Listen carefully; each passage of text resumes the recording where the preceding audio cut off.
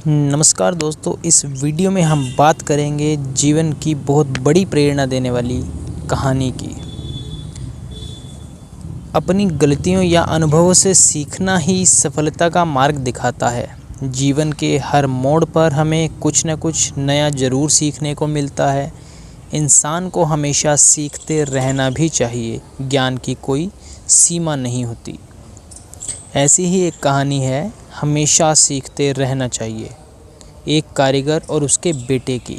तो शुरू करते हैं। किसी गांव में एक कारीगर रहता था जिसका एक लड़का था। कारीगर अपनी छोटी सी झोपड़ी में टोकरी बनाता था, जिन्हें वह 20-20 रुपए में बेचा करता था। अब कारीगर बूढ़ा हो चुका था। उसने सोचा कि मैं अपने बेटे को यह टोकरी बनाने का काम सिखा देता हूँ। उसने लड़के से कहा कि तुम इसे सीख लो, मैंने तुम्हारे दादाजी से सीखा है। ये हमारी पीढ़ियों से चला आ रहा काम है। अच्छा काम है। लड़का भी मान गया टोकरी बनाने का काम सीखने को।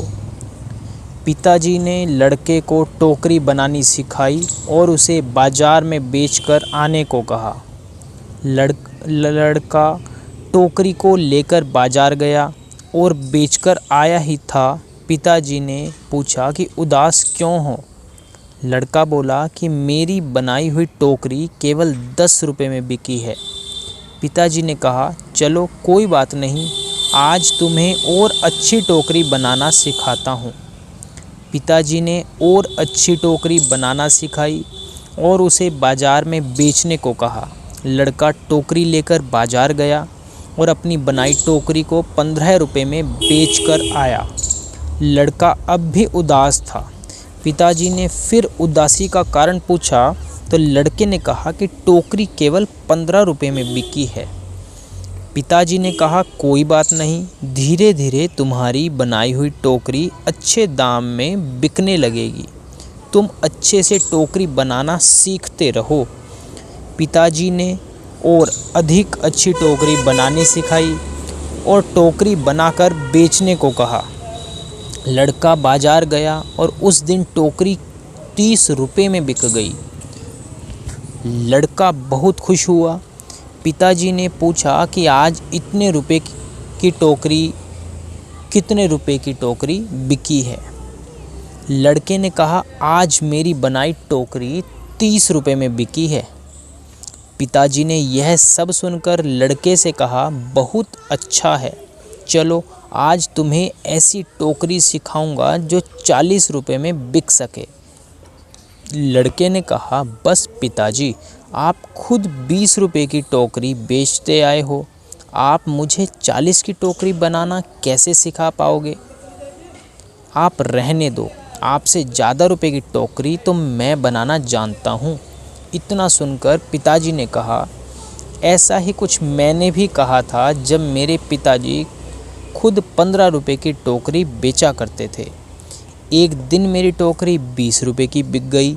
मेरे पिताजी ने मुझे 25 रुपये की टोकरी सिखाने को कहा था, तो मैंने भी सीखने के लिए मना कर दिया था और कहा था कि आप खुद 15 की बेचते आए हैं, आपसे ज़्यादा की तो बेचकर मैं आया हूँ और तब से जीवन भर 20 रुपये की ही टोकरी बेचता रहा हूँ, क्योंकि उससे ज़्यादा की टोकरी मैं सीख ही नहीं पाया। ये कहानी हमें ये सिखाती है कि हमें थोड़ा सा सीखने पर घमंड नहीं करना चाहिए कि अब मैं सब कुछ जान गया हूँ, क्योंकि ऐसा हो सकता है कि हर कोई कुछ ना कुछ आपसे अधिक जानता हो। हमें हमेशा कुछ ना कुछ सीखते रहना चाहिए। एक और कहानी की बात करते हैं, लालच का परिणाम। दोस्तों, इंसान लालच में आकर अपना सुख चैन सब खो देता है। वह अपने पास जो खुशी है उससे भी दूर रहता है और ज़्यादा पाने के चक्कर में अपना बहुत कुछ खो बैठता है। आज इस कहानी में हम देखेंगे कि कैसे इंसान थोड़ा और पाने के लिए बहुत कुछ खो देता है। एक बार एक राजा था, उसका बहुत बड़ा राजपाट था, बहुत दौलत थी, जो कहता, जो हुक्म करता वही हो जाता। एक दिन राजा अपनी रानी के साथ अपने महल का दौरा करने के लिए चल दिया। थोड़ी दूर चलने के बाद एक नौकर जो महल में नौकरी करता था, अपने काम में लगा हुआ था और बड़ा खुश होकर काम कर रहा था, गाने गा रहा था। राजा ने नौकर को देखकर रानी से कहा कि इस नौकर को देखो, कितना खुश है। हम इसे कितना देते हैं जो ये इतना खुश है, और हमारे पास सब कुछ है, जो चाहते हैं वो ही हो जाता है, फिर भी परेशान हैं, चिंता रहती है, आगे क्या करना है, आगे क्या होगा पता नहीं, यही सोचकर परेशान होते रहते हैं। इतने में रानी ने राजा से कहा कि ये 99 की जमात में शामिल नहीं है। अगर इसे भी 99 की जमात में शामिल कर दिया जाए तो ये परेशान, चिंतित हो जाएगा। राजा ने रानी की बात सुनकर कहा कि ये 99 की जमात क्या होती है। रानी ने कहा कि चलो बताती हूँ। इस नौकर के घर के बाहर 99 सोने के सिक्के एक थैले में भरकर रखवा दो, फिर देखना कि 99 की जमात क्या होती है। राजा ने रात में नौकर के घर के बाहर 99 सोने के सिक्कों से भरा थैला रखवा दिया। सुबह हुई, नौकर की घरवाली ने देखा कि घर के बाहर एक थैला है जिसमें सोने के सिक्के हैं। घरवाली ने नौकर को सब बताया तो नौकर थैले को अंदर ले आया और सिक्कों को गिनने लगा तो 99 सिक्के निकले। नौकर ने दोबारा गिना, तीसरी बार गिना, कई बार गिना तो भी 99 सिक्के ही निकले। अब नौकर परेशान होने लगा कि 100वां सिक्का कहाँ गया। जिसने भी ये सिक्के रखे हैं उसने पूरे 100 सिक्के रखे होंगे, वो 99 क्यों रखता। ज़रूर 100वां सिक्का ही आसपास कहीं गुम हो गया होगा। नौकर 100वें सिक्के को आसपास ढूंढने लगा, लेकिन सिक्का नहीं मिला और अपनी पत्नी से भी वादा कर दिया कि वह 100वें सिक्के को ज़रूर लेकर आएगा, लेकिन 100वां सिक्का कहीं नहीं मिला।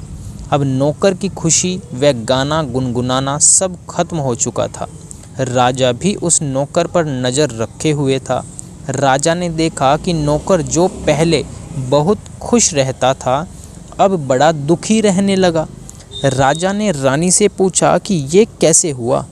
रानी ने कहा कि अब ये नौकर 99 की जमात में शामिल हो गया है।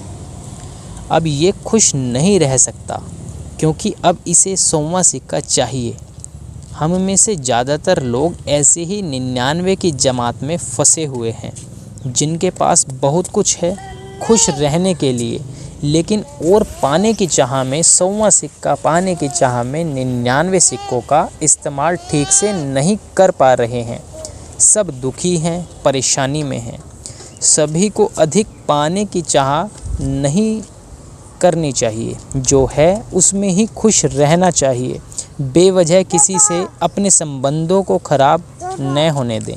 दूसरों से ईर्ष्या मत करें। अपनी भलाई के चक्कर में दूसरों को नुकसान मत पहुंचाएं। आई होप आपको ये कहानियाँ पसंद आई होंगी और जीवन में बहुत बड़ा सबक देंगी। Thank you very much.